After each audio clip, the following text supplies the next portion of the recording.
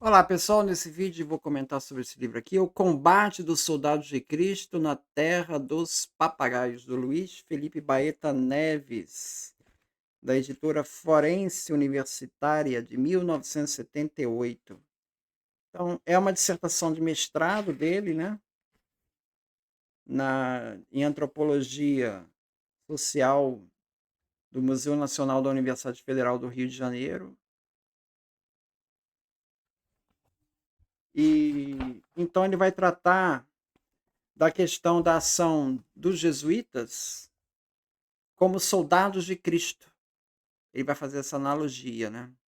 Como soldados de Cristo na Terra dos Papagaios, que seria um dos primeiros nomes dados para o Brasil, né? Então, estamos falando aí de século XVI, né?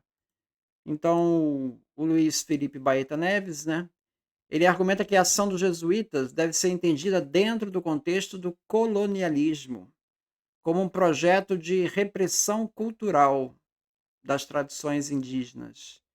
Então, em que a conversão dos povos indígenas servia também a interesses do poder e dominação. Então, isso vai ser uma constante no livro.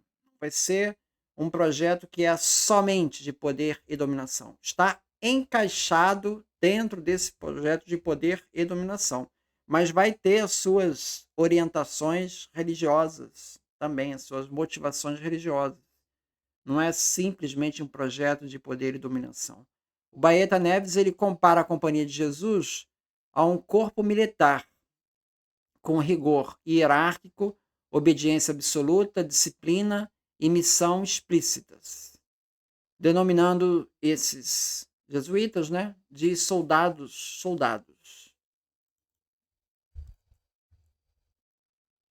para evidenciar essa mentalidade militar e combativa no processo de evangelização. Os jesuítas são vistos como agentes da colonização cultural, com uma ação coordenada para impor uma visão de mundo europeia, cristã e hierarquizada. A Companhia de Jesus foi fundada pelo Inigo Lopes de Loyola, né, ou Inácio de Loyola, que antes de fundar a ordem, ele foi soldado da Espanha no século XVI. Então, em 1521, foi ferido em combate, ele passou por uma longa convalescença, durante a qual ele leu obras religiosas e teve experiências místicas, que resultou na sua conversão espiritual. Essa formação militar acabou influenciando profundamente a espiritualidade do Inácio de Loyola e a organização da Companhia de Jesus. Então, a guerra, nessa perspectiva, ela é vista como um instrumento de salvação da alma. Segundo Baeta Neves, ele diz assim: o discurso jesuítico, isso está na página 163, né? O discurso jesuítico quinhentista no Brasil é ideológico, porque é autocentrado, é um saber que escolheu centros, sujeitos e objetos, que se erigem a si mesmos como corretos e adequados, e não admitem questionamentos. São onipotentes em sua autossuficiência e a priorismo. Seus centros se entrejustificam. Tenho a verdade porque sou europeu, porque sou cristão, porque tenho a verdade. Então, é essa perspectiva. A atuação dos jesuítas no Brasil, portanto, não foi apenas evangelizadora, ela teve um forte papel na construção de padrões hierárquicos, linguísticos e ideológicos. Os jesuítas são vistos como agentes de uma colonização cultural, com ação coordenada para impor uma visão de mundo europeia, cristã e hierarquizada.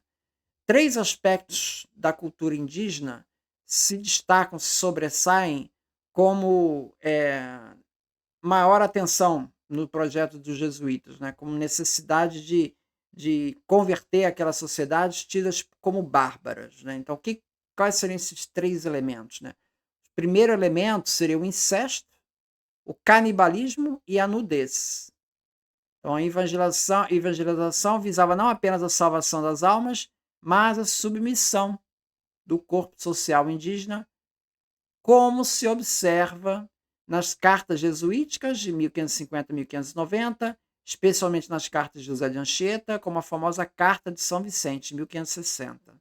As cartas mostram a intenção pedagógica e repressiva, com o objetivo de impor a cosmologia cristã, né, do Gênesis, e apagar práticas indígenas. Segundo Baeta Neves, ele diz assim: a partir do momento em que a estratégia do convencimento se revela insuficiente para converter, os inacianos passam a aceitar a ideia de guerra justa, a fim de que fossem domados aqueles que insistem em comer bispos ou roubar apitos. Essa incorporação da guerra como um modo de converter não significa uma rejeição da antiga ideologia educacional de convencimento, apenas coexistem. Então, embora os jesuítas aprendam a língua indígena do Tupi, né, isso serve apenas como meio de conversão e homogeneização espiritual, e não ao respeito à cultura local. Lembrando que os índios eles tinham vários idiomas. Né? Quando você fazia os aldeamentos e ensinava a todos eles o tupi, para muitos indígenas aquilo ali era novidade, porque a língua dele não é o tupi. Então a proposta é a educação cristã, ela é vista como um instrumento de uniformização, silenciamento da diversidade cultural. Nem todo mundo falava tupi, né? Valendo-se, se necessário, do emprego da violência. Ele diz assim: os jesuítas não são nem mansos professores que vieram a ensinar a civilização no Brasil, nem sanguinários guerreiros colonialistas. Ambas são posições sectárias e falaciosas. Então ele não está nesses dois extremos aí. Tá? A primeira posição, como mansos, né, projeta no passado métodos que seriam nossos contemporâneos e esquece que poder e violência não são coisas alheias à pedagogia institucionalizada ou não. A segunda, como guerreiros, né, projeta no passado uma imagem de um passado ainda mais longínquo, confundindo a Companhia de Jesus com as ordens militares, templários, teutônicos, cujo apogeu ainda está no século XII. Então, ali nos templários, realmente tinha essa ordem guerreira, né? Que o Inácio de Loyola, lembra, ele era soldado, ele vinha mais ou menos dessa estrutura, tá? Mas agora, no século XVI, não é mais assim.